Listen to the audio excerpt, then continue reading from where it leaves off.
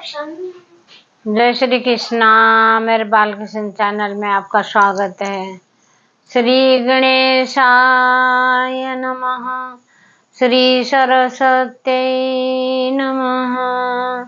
श्री रामानुजाय नमः।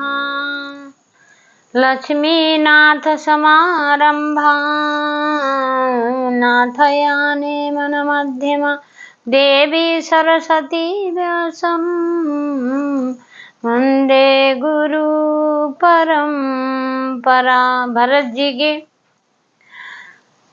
जी की तीसरे जन्म की लीला सुनाती हूँ मैं। भरत जी थे, जड़ भरत बोलते थे उनको। भरत जी के जब मृग बन के गए थे, मृग के योनि में जब आए थे, उसके बाद जो उन्होंने शरीर त्यागा था, हिरण का शरीर त्याग दिया था, त्यागना ही था उनको। आग लग गई थी जंगल में, तो उन्होंने जान के उस शरीर को त्यागना था।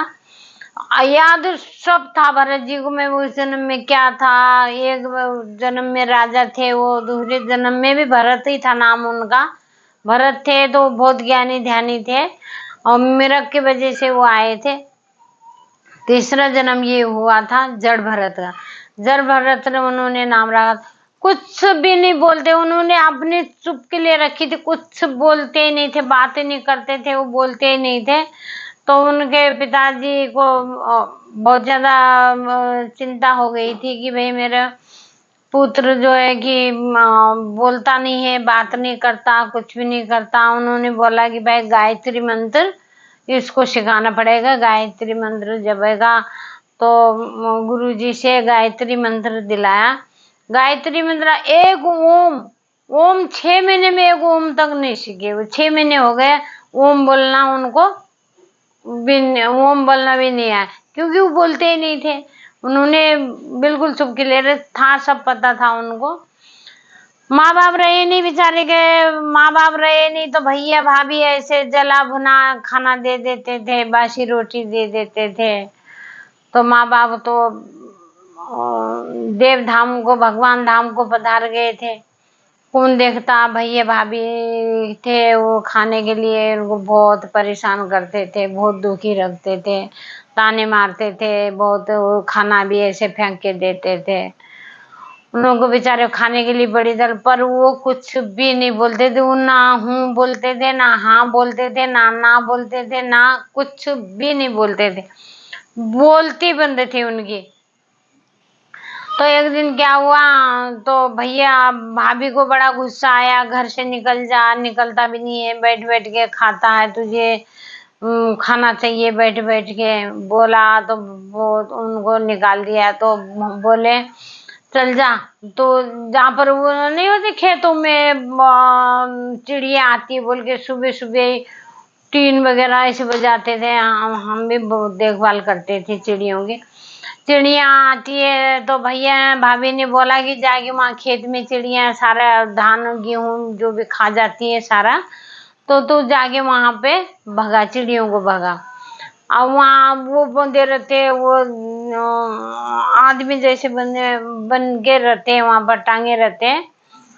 तो मुझसे उनसे मतलब उनको जानवरों को डर लगता है, कम आते हैं कि कोई आदमी खड़ा है। जड़ भरत भी उसके साथ ही खड़े हो गए। क्यों बोलते तो वो भी नहीं थे, बोलता वो पुतला भी नहीं था, पुतला बना हुआ, पुतले बन के बैठे रहते थे। तो एक दिन क्या हुआ, एक दिन वहां से नरबली होती थी उस गांव में। नरबली देवी भद्रा को नरबली देने के लिए उन्होंने क्या करा, भरत जी को उठाया।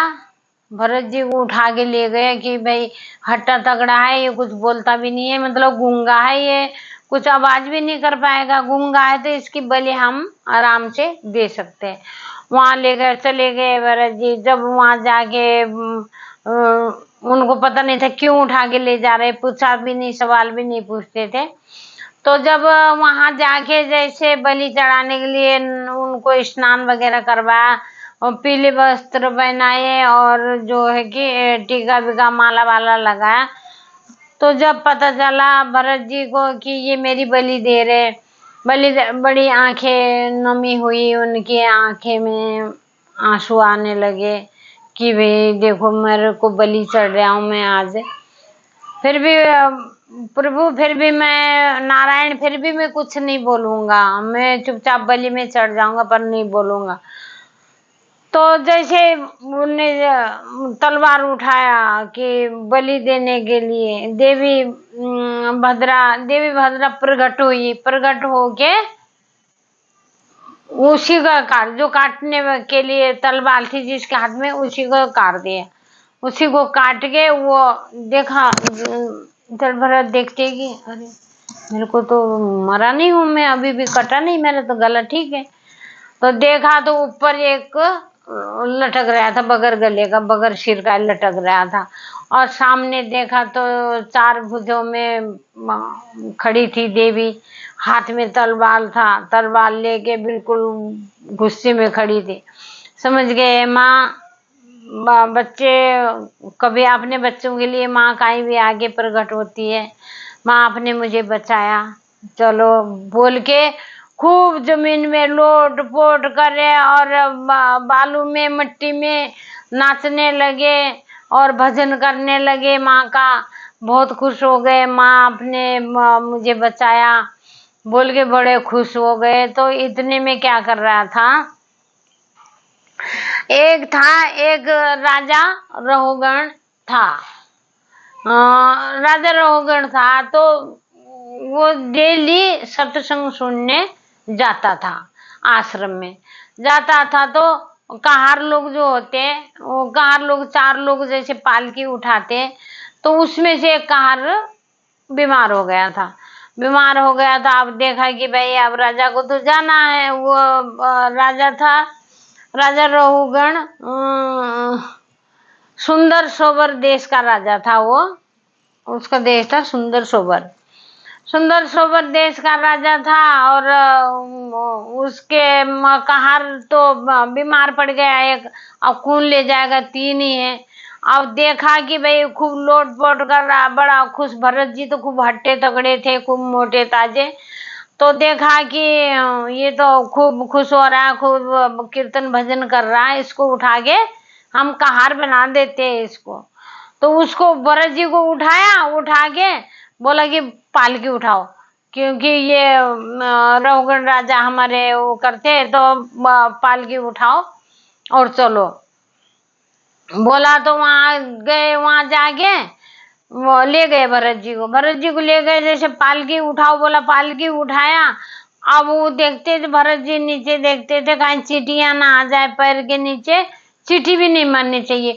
अब देखा कि चींटियों का झुंड जा रहा था। तो अब भरत जी ने देखा कि ये चींटियों का झुंड जा रहा है, मैं तो वहां से क्या करा, पालकी को उठा के ऐसे दूर करा और झटके लगे राजा को। राजा बोला ये कौन है, इतना बड़ा झटका लगा। और दोबारा फिर उनने उठाया, देखा कि चींटी जा रही, फिर झटके लगे। फिर राजा रहुगण आए नीचे, आके बोले कि तूने ऐसी, तेरी ऐसी हिम्मत, इसको किसने रखा, ये कहाँ से आया? तो बोले जी हाँ ये इससे नहीं उठ रहा है, ये दुबला, ताने मारने लगे कि दुबला पतला है इसलिए नहीं चल पा रहा है, ये इसको आता नहीं है, ये बेचारा कमजोर है, ये वो है, मतलब हंसी मजाक उड़ाने लगे। जड़ भरत जब भी नहीं बोले, कुछ भी नहीं बोले। राजा रहुगुण को ले गए तो राजा फिर झटके लगे, तो उन राजा के यहाँ पे खून आया।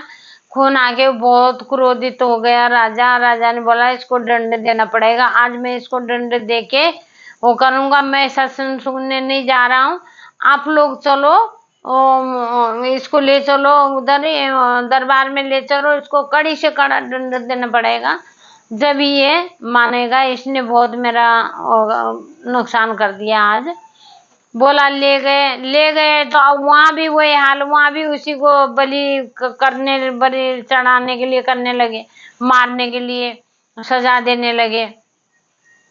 जब जड़ भरत बोले भाई मेरा तीसरा जन्म है ये राजा रहुगण, तू जो राजा रहुगण बना हुआ है तू मिर्ग था, मिरग का बच्चा तू था, मैंने तेरे को पाला, तेरी वजह से मैं मिरग की योनि में आया, मिरग का मेरा जन्म हुआ। तू आज राजा बना है क्योंकि तू मरते मरते मुझे याद कर रहा था कि भाई मुझे कौन खिलाएगा कौन पिलाएगा। क्यों मैं मरते मरते तुझे याद करता करता मरा था कि मेरा मिरग का बच्चा कौन खिलाएगा, कौन चारा पानी खिलाएगा, कौन घास खिलाएगा, कौन नहाएगा धोएगा, कौन मुझे इसको देखेगा, बोल के मैं तेरे बारे में सोचता सोचता मरा था। इसीलिए मैं मिरग की योनि में आया, मिरग बन के। अब मैं ये तीसरी मेरा जन्म है, तीसरा मैं जड़ भरत बन के आया हूँ। मैं कुछ नहीं बोला हूँ, तू राजा बन के आया क्योंकि मेरी चिंता करता हुआ गया था तो कि मुझे पालने वाला कहाँ होगा, कहाँ दे कौन था, बोल के तेरे में मिर्ग योनि में था तो मिर्ग था, तो तू राजा बन गया। आज मैं ये जड़ भरत बन के आया हूँ क्योंकि अब मुझे कुछ नहीं बोलना। अब मैंने तीसरा जन्म, मैं भगवान को याद करना है, भगवान के सिवाय मुझे किसी को याद नहीं करना मेरी जबान में, और किसी का नाम ना आए, भगवान का नाम है। इसीलिए कहते भगवान। अब जड़ भरत थे, जड़ भरत भी तो मिर्ग की योनि में गए, मिर्ग की योनि में गए, मिर्ग बन के आए, मिर्ग पैदा हुए क्योंकि उन्होंने मिर्ग को याद। इसीलिए हम अपने घर वालों को, बच्चों को, इनको, रिश्तेदारों को, बेटों को, बेटियों को, बहुओं को, सबको याद करके हमें इन्हीं फिर दोबारा घूम फिर के यही बन के नहीं आना चाहिए कि हम कहते भगवान का नाम लो, भगवान को धाम को जाएंगे। ये मरने जीने का चक्करों को छोड़ना चाहिए। इसीलिए हर वक्त भगवान का नाम लो, और वही खुशी है, वही सुख है, वही शांति है, वही सब कुछ है। जय श्री कृष्णा।